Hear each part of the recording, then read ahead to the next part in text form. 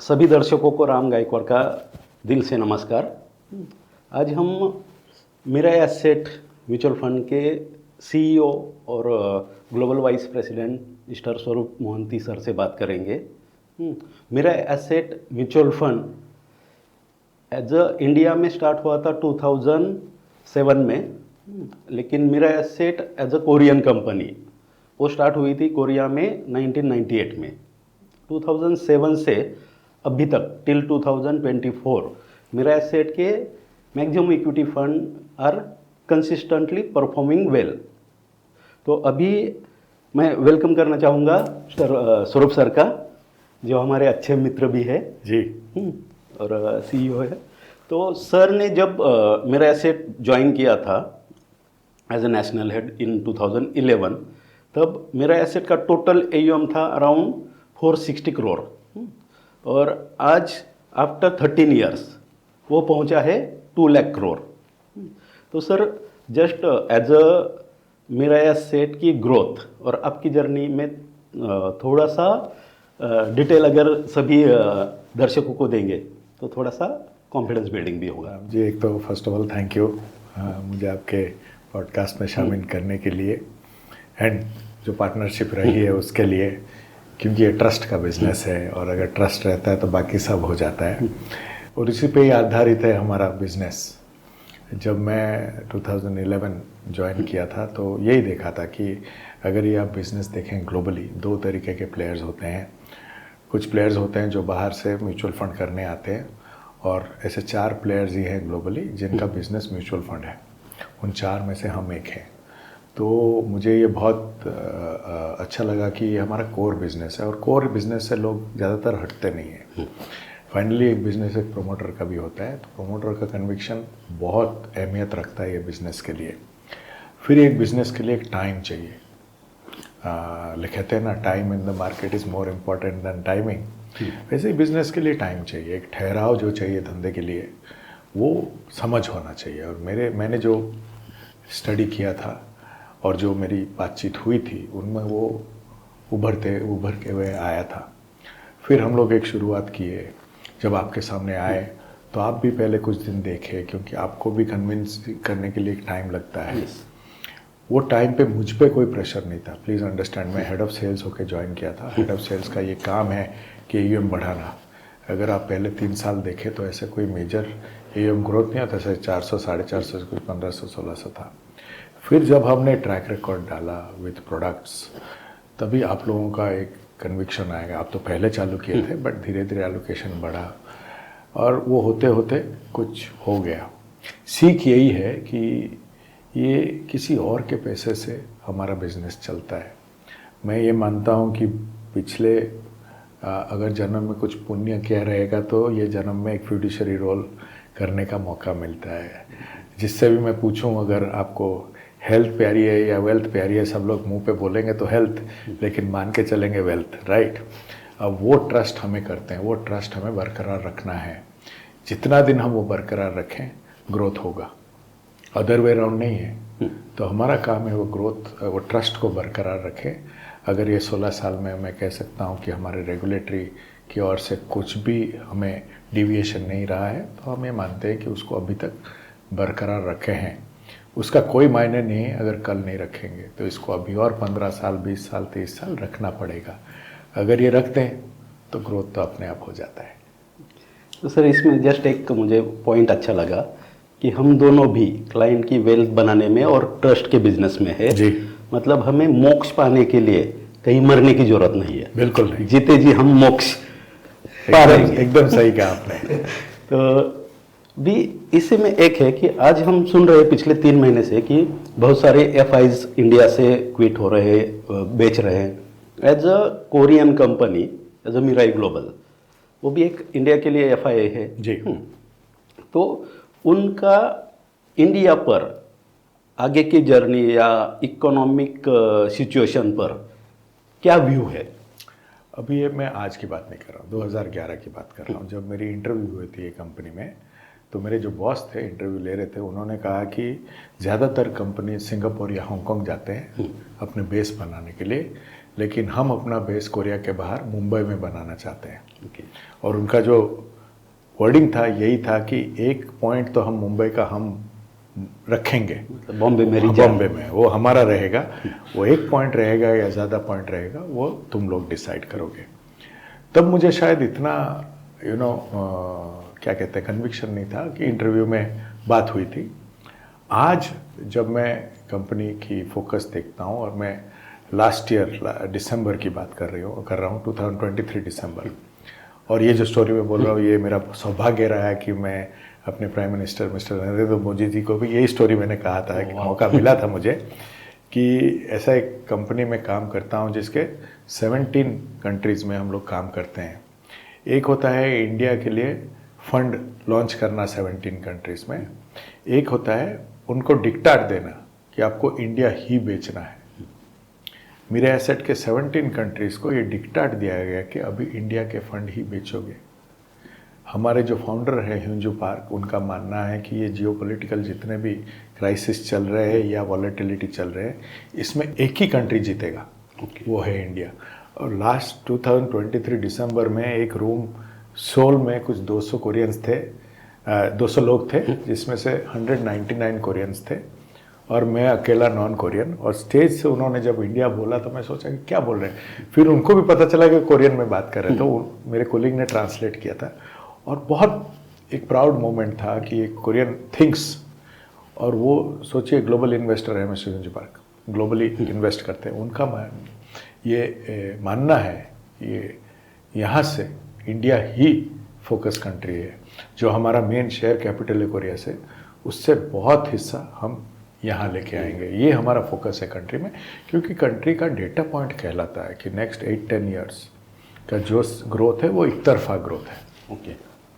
तो मैं तो इसी आंसर से एक पॉइंट मिला है कि कॉन्ग्रेचुलेट करना चाहूँगा कि एज अ मेरा एक ग्लोबल में आप फर्स्ट इंडियन होंगे जो वाइस प्रेसिडेंट लेवल तक पहुँचे होंगे, तो उसके लिए तहे दिल से एक्चुअली आपका देखिए हम तो काम करते हैं, परखना बॉस लोगों का काम होता है कि अगर उनको लगा कि मैं ये लायक हूँ, yes it's a matter of honour, क्योंकि एक फर्स्ट नॉन कोरियन होना एक बहुत बड़ी बात है। तो वो अगर मुझे आया है तो पहले तो एक उसको एक ऑनर मानता हूँ, सेकेंडली उसके साथ जिम्मेदारी भी आती है, राइट। वो जिम्मेदारी अगर मैं ठीक से निभा लूँ तो उनका वो जो चॉइस है उनको थोड़ा ठीक ठाक अगर मैं मना लूँ तो I will feel very happy, क्योंकि अगेन रोल थोड़ा अलग है, अलग बिजनेस से।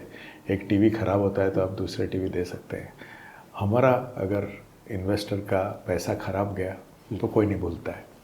तो बहुत नाजुक सा रोल है, उसको बरकरार रखना कहना तो आसान है लेकिन करना बहुत मुश्किल होता है। तो भी और एक सर कि हम हर जगह और मैक्सिमम जितने भी भारतीय लोग हैं उन्होंने सब ने एक देखा है कि म्यूचुअल फंड सही है जी। प्रो कबड्डी IPL हर एक जगह पर देखा है म्यूचुअल फंड सही है। फिर भी म्यूचुअल फंड में आज अराउंड 4 to 5% लोग इन्वेस्ट करते हैं। लेकिन अगर पास्ट हिस्ट्री देखा जाए तो 25-30 साल पहले वाले जितने भी म्यूचुअल फंड के स्कीम्स है उनका 10,000 के SIP का आज अराउंड 5 करोड़ to 20 करोड़ बना है 30 ईयर्स में। लेकिन ये स्कीम के रिटर्न बने हैं, उतने इन्वेस्टर के रिटर्न नहीं बने।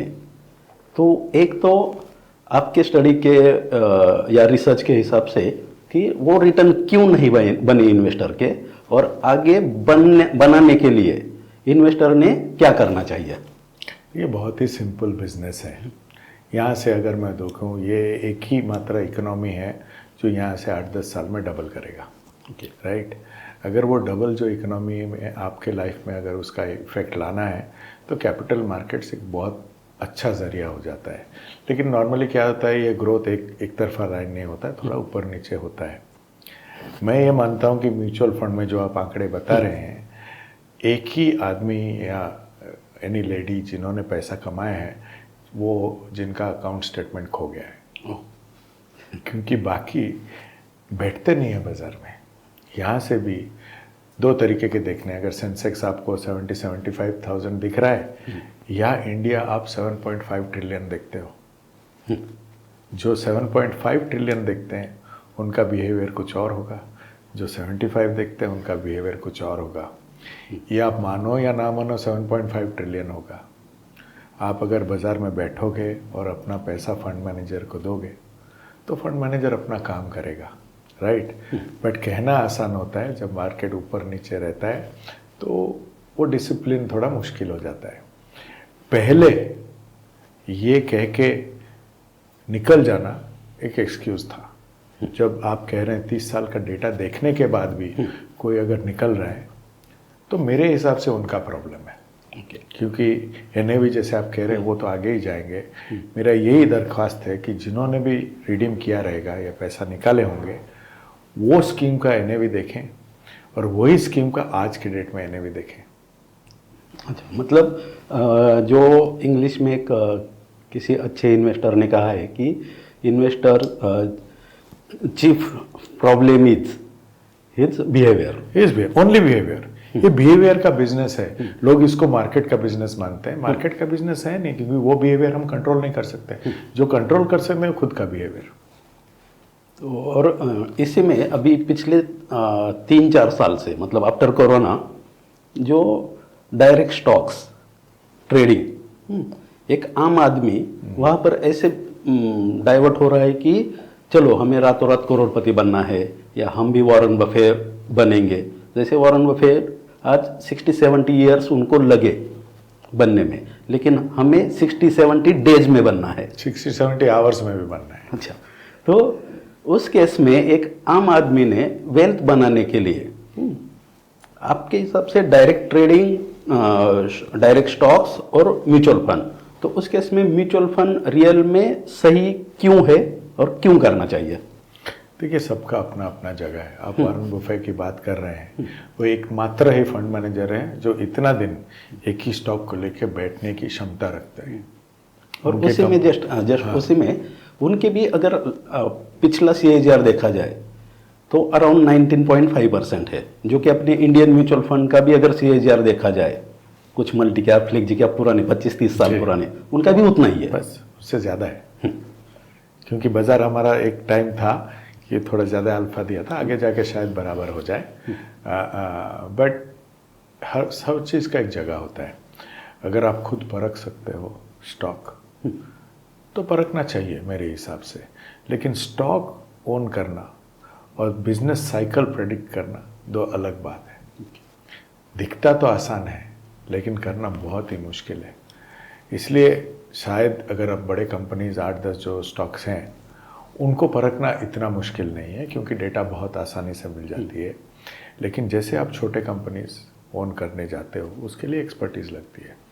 अगर किसी पास है तो बहुत बढ़िया, लेकिन निवेश करें, ट्रेड ना करें। आप कोई भी प्रोमोटर को उठा के उनसे पूछ लीजिए कि ये उनका स्टॉक का पीक है क्या, वो भी बोलेंगे मुझे नहीं पता। अब जब प्रोमोटर को नहीं पता, आप वो प्रोमोटर के स्टॉक के बेस्ट 10 डेज कैसे प्रेडिक्ट कर सकते हो? जो इम्पॉसिबल है। लेकिन एक रोमांस है। जब बाजार एक तरफा चलता है तो लोगों को लगता है कि पैसा बनाना बहुत आसान है, तो काफ़ी लोग आ जाते हैं। अनफॉर्चुनेटली क्या होता है कि फाइनली एक जो रिवर्सल टू मीन होता है, आगे जाके जितना रिटर्न होना चाहिए उतना ही बन जाता है। वो जब पीरियड में थोड़ा लोगों को दिक्कत आती है। इसलिए कहते हैं एक प्रोफेशनल जो बैठा है फंड मैनेजर, आप उनके पास आएँ, क्योंकि उनका काम है मेरे हिसाब से मोर देन ट्रैकिंग स्टॉक्स। एक फंड मैनेजर का काम जो बेहतर होता है वो बिजनेस साइकिल प्रेडिक्ट करना, क्योंकि वो बाज़ार में बैठे हैं, उनका फुल टाइम जॉब है। इसलिए मेरे हिसाब से एक तो उसके लिए म्यूचुअल फंड सही है। सेकंड, जो ये प्रोडक्ट है बहुत अच्छे रेगुलेटेड है। कहाँ से पैसा आता है, किसके ज़रिए आता है और कहाँ जाता है, ये पूरा क्लियर है, राइट। सेबी जो हमारे रेगुलेटर हैं, ये इन्वेस्टर के हित में ये प्रोडक्ट को रेगुलेट करते हैं। अभी बीच बीच में कोई वीडियो घूम रहे थे पिछले 6-8 महीने से कि SIP इज़ अ फ्रॉड या म्यूचुअल फंड फ्रॉड है, तो उस पर जस्ट 1-2 सेंटेंस में कुछ अगर देखिए, अगर मैं ये मानता हूँ कि अगर कोई एक प्रोडक्ट जो इन्वेस्टर के नज़रिए से कम्प्लीटली सेफ गार्डेड है वो म्यूचुअल फंड है, क्योंकि ये एक ही प्रोडक्ट है जो रिस्क ऑफ इन्वेस्टमेंट इन्वेस्टर को वापस देता है। देखिए, इन्वेस्टमेंट जब हम शुरू करना चाहते हैं, चालू करते हैं, सोचते हैं ये रिटर्न जनरेशन बिजनेस है, लेकिन ये रिस्क का बिजनेस है। जितना जो रिस्क ठीक से मैनेज कर ले वो उतना बेहतर इन्वेस्टमेंट एक्सपीरियंस होता है। और ये एक ही प्रोडक्ट है जो आपको रिस्क सिखाता है। सेकंड, जो पैसा हम आपको देते हैं स्ट्रक्चर के हिसाब से, वो हम मैनेज सिर्फ करते हैं। पैसे हमारे पास, तो पैसे कस्टोडियन के पास रहता है। तो अनलाइक कोई और भी इंस्ट्रूमेंट, हमारे पास सिर्फ मैनेजमेंट का राइट है और मैनेजमेंट के लिए हम फीस चार्ज करते हैं। बहुत ट्रांसपेरेंट है, हर दिन NAV देते हैं, क्या वैल्यू है आपको एंड ऑफ द डे पता चल जाता है। तो इससे transparent and investor centric product for investment शायद ग्लोबली नहीं है, ये मैं मानता हूँ। तो इससे क्या समझ में आता है, सभी व्यूअर को मैं बताना चाहता हूँ कि म्यूचुअल फंड फ्रॉड या SIP फ्रॉड ये एक्चुअल में पॉसिबल नहीं है, इतना नहीं हो सकता। सब कुछ ओपन डेटा है जी। जो कि पूरे वर्ल्ड में ऐसा कोई भी इंडस्ट्री या कोई भी प्रोडक्ट नहीं होगा जो ओपनली हर एक पॉइंट डिस्क्राइब करके आप क्रॉस चेक कर सकते हो। इसलिए वो वीडियोस पर ज़्यादा ध्यान न दे, अपनी वेल्थ पर और अपनी इन्वेस्टमेंट पर फोकस करें। भी सर, इसमें एक है कि पिछले 3-4 साल से हर एक का एक्सपेक्टेशन है इक्विटी मार्केट से 30% तो मेरा हक ही है। मतलब 30-40% से ऊपर ही रिटर्न चाहिए। तो एक फेयर मतलब एक्सपेक्टेशन इक्विटी मार्केट या म्यूचुअल फंड से कितने होने चाहिए? देखिए, मेरा एक बहुत सिंपल सा एक लॉजिक है। आप GDP लें, GDP जो कंपनी, इंडिया इकोनॉमी जो ग्रोथ कर रही है, सपोज 6-8% में ग्रो कर रही है, 7%, 7.5 से ग्रो कर रही है, एवरेज 7, उसका 40-50% एग्रीकल्चर होता है जो कंट्रीब्यूट नहीं करता है, राइट। 40% आप हटा के इधर दें तो शायद वो 7 का 6.5-12 होता है। उसके ऊपर फंड मैनेजर 1% ऐड करता है।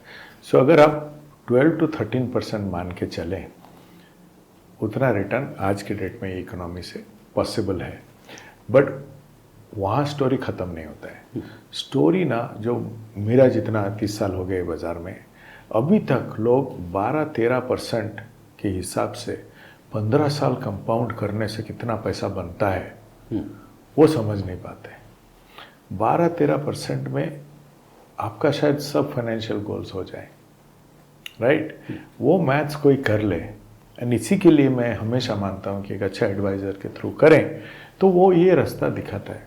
ज़्यादातर लोग सोचते हैं कि एडवाइज़र का काम स्कीम चयन करने की होता है, वो लास्ट स्टेज 5 होता है। पहले उनको अपना लक्ष्य तक पहुँचाना, लक्ष्य तक पहुँचाने में उनको बाज़ार में ठहरा के रखना, ये सबसे बड़ा काम होता है।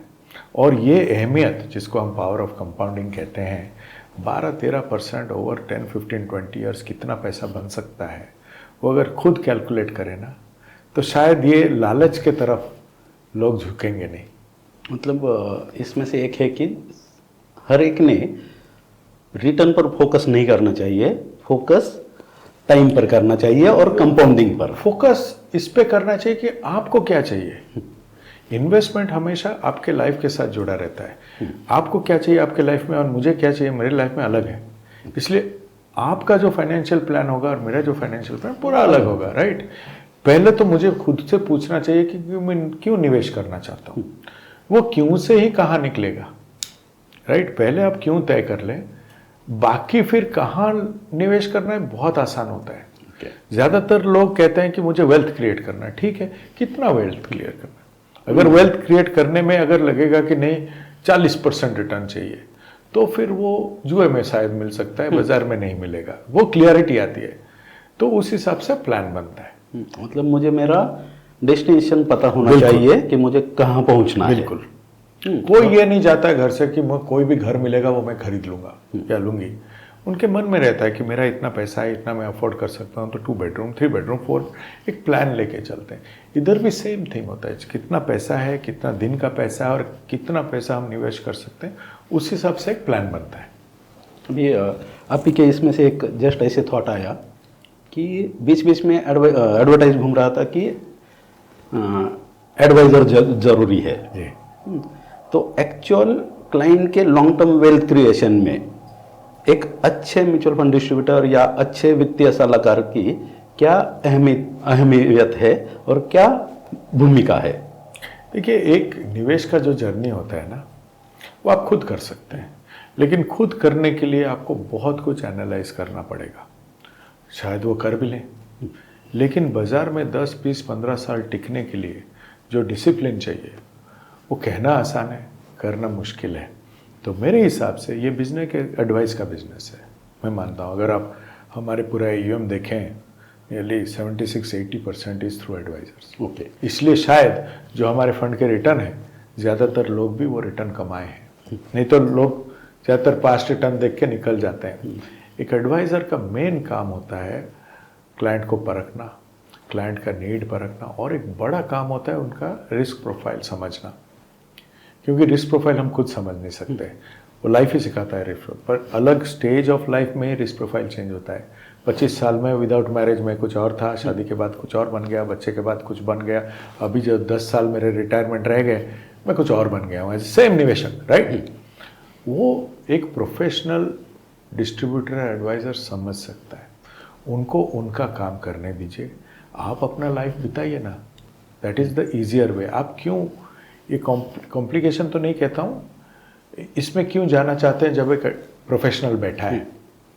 तो सर आपको एक मैं जस्ट RGFS का या मेरा डेटा शेयर करता हूँ कि मेरे हर एक इन्वेस्टर का पैसा मेरा एसेट में है, और हाईएस्ट आज मेरा एलोकेशन मेरा एसेट में है, और सारे क्लाइंट्स सारे खुश है कि उनको तो लगता है कि अरे मेरा इससे तो अच्छा कोई है ही नहीं, क्योंकि वो आपने डिलीवर कर दिया है। नहीं, ये बात नहीं है।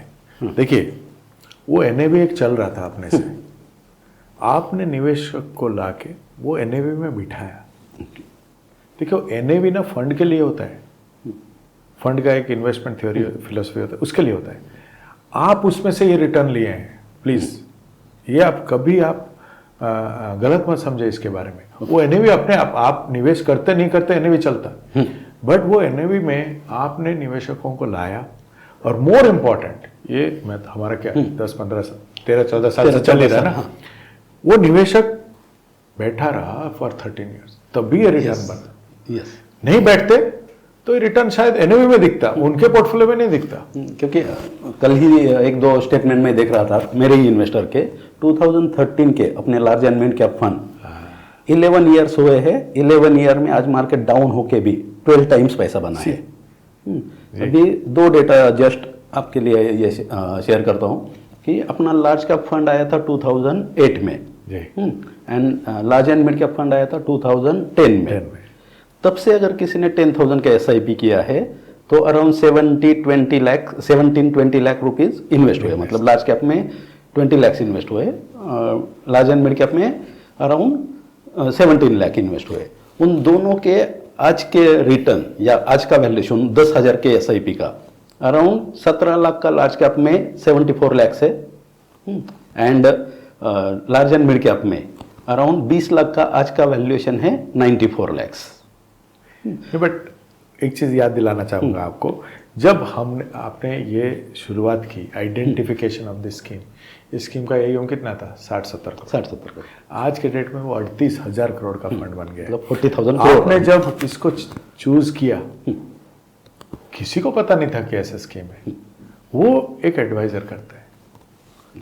तो तब आप शायद न्यूज़पेपर पढ़ें, कोई कह रहे थे कि शायद फंड हाउस इंडिया में रहेगा नहीं रहेगा, ये भी न्यूज़पेपर में था, बट आपने परखा, आपने चूज किया, एंड मोर इम्पॉर्टेंट आपने अपने निवेशकों को रोका इतना दिन, तभी वेल्थ बनता है।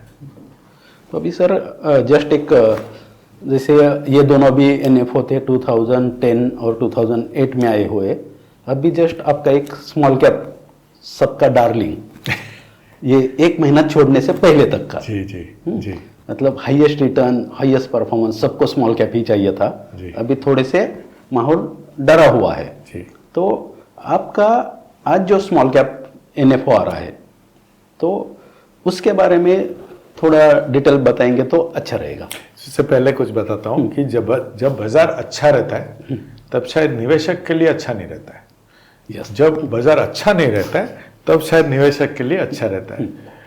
When you support the market in the market's bad times, the market will reward you in its good times, right? जब बाज़ार थोड़ा वॉलेटाइल होता है तभी अपॉर्चुनिटी निकलती है। बट वो एक तरफ, बाज़ार कोई टाइम नहीं कर सकता। हम भी कभी टाइम नहीं किए, जब भी कुछ एक प्रोडक्ट डाला है सबने पूछा अभी क्यों ला रहे हो, राइट। बट अपॉर्चुनिटी देखा जाता है। अपॉर्चुनिटी अगर आप देखें, और मेरी सीख रही है लास्ट 5 ईयर्स में, मैं नॉर्मली एक large and mid cap investor रहा हूँ, लेकिन अगर आप 5 साल में देखें 2-3 थिंग्स हैव हैपेंड। एक तो मार्केट कैप बहुत बढ़ गया है, सारे large cap, mid cap, small caps के। सेकंड, जितने भी न्यू इश्यूज आ रहे हैं, आईपीओस, ज़्यादातर मिड एंड स्मॉल आ रहे हैं। इसका मतलब ये हुआ, पहले जितने अपॉर्चुनिटीज़ थे फंड मैनेजर के, चॉइसेस बढ़ गए। चॉइसेस अभी काफ़ी बढ़ गए। पहले क्या होता था, स्मॉल कैप ज़्यादातर बढ़ते नहीं थे लार्ज कैप तक। अभी आप अगर डेटा देखें, साल का 12 to 16 small caps are becoming mid caps. उनमें से फंड मैनेजर अगर 5-10 भी पकड़ लिया ना, तो वेल्थ क्रिएशन का काफ़ी अपॉर्चुनिटी बन जाता है। थर्ड मोस्ट इम्पॉर्टेंट पार्ट, जो लिक्विडिटी पार्ट हम कहते हैं ना, फ्री फ्लोट, जैसे कितना शेयर्स है बाजार में खरीदने के लिए, वो भी बिकॉज ये लिक्विडेशन के वजह से वो भी बढ़ गए। अगर आपको आज के डेट में कई इंडस्ट्रीज ओन करने हैं, टेक्सटाइल्स, हमारे म्यूचुअल फंड्स देख लें, हॉस्पिटल, जो अच्छे अच्छे इंडस्ट्री हैं, उनके स्टॉक सिर्फ स्मॉल कैप्स में हैं। पहले हमारा एक एडवाइस हुआ करता था कि पोर्टफोलियो ना 60 या 70% लार्ज कैप, 30% मिड कैप। वो एलोकेशन से आप पूरा बाजार नहीं होल्ड कर सकते हो। वो धीरे धीरे to catch the length of the market, because नए नए कंपनी जो लिस्ट हो रहे हैं मिड एंड स्मॉल में हो रहे हैं, वो शायद एक 50-50 में आके अटक गया है। द अदर पार्ट इज हमारे स्मॉल कैप या कोई भी स्मॉल कैप, ये छोटे मिड एंड स्मॉल कंपनीज हैं जो बड़े बनेंगे। इनके लिए जो अवधि चाहिए निवेश के लिए, थोड़ा लंबा होना चाहिए। मतलब आप वो ये आप डिसाइड करेंगे वेदर हमारे फंड मैनेजर अच्छे हैं कि नहीं अपने निवेशक के बिहाफ पे। हमारे हिसाब से वरुण जो मैनेज करेंगे, उनका एक्सपीरियंस यही कैटेगरी में रहा है, उनका स्टॉक पिकिंग कैपेबिलिटी अच्छा है। और एक फंड मैनेजर के साथ आप अगर अच्छा टाइम बिताएं, जैसे आपने कहा लार्ज एंड मीडिया, उसमें तो अपसाइड पॉसिबिलिटी स्मॉलर कंपनीज में रिस्क एडजस्टेड थोड़ा बेटर रहता है। तो अब एंड की तरफ हम आ रहे हैं, तो सर जस्ट सभी व्यूअर्स और सभी दर्शकों के लिए एक वेल्थ क्रिएट करने के लिए या वेल्थ क्रिएशन जर्नी में आपके जो भी एज अ इन्वेस्टर, आप एज अ सीईओ नहीं, एज अ इन्वेस्टर क्या गाइड कर सकते हो और ये क्या लास्ट मैसेज देंगे? देखिए, वो मैं भी ओवर द इयर्स निवेशक बना, जब 40 का बना तभी मैं एसेट एलोकेशन होल्ड कर पाया। पहले मैं भी बाजार में इन आउट होता था। जो पैसा रह गया उसमें ही वेल्थ बना। वो जब मैं 40 इयर्स का बना तभी मुझे भी ये समझ आया। तो अगर ये डेटा आपके सामने है, वो डेटा आप परखें, दैट इज़ पॉइंट नंबर 1। जो एसेट एलोकेशन है, वो एसेट एलोकेशन के हिसाब से वो एसेट में बैठे रहें। देखिए, गोल्ड 10 साल में भी रिटर्न दे गया, जो हम लोग कभी सोचे भी नहीं थे। लेकिन जिसने निवेश किया होगा वही अर्न किया रहेगा और बैठा होगा, right. The other part is there is a risk to investing, yes, there is a risk to not investing. ये एक कंट्री का 10 बहुत अच्छे साल हैं, इसलिए the risk to not investing is very high.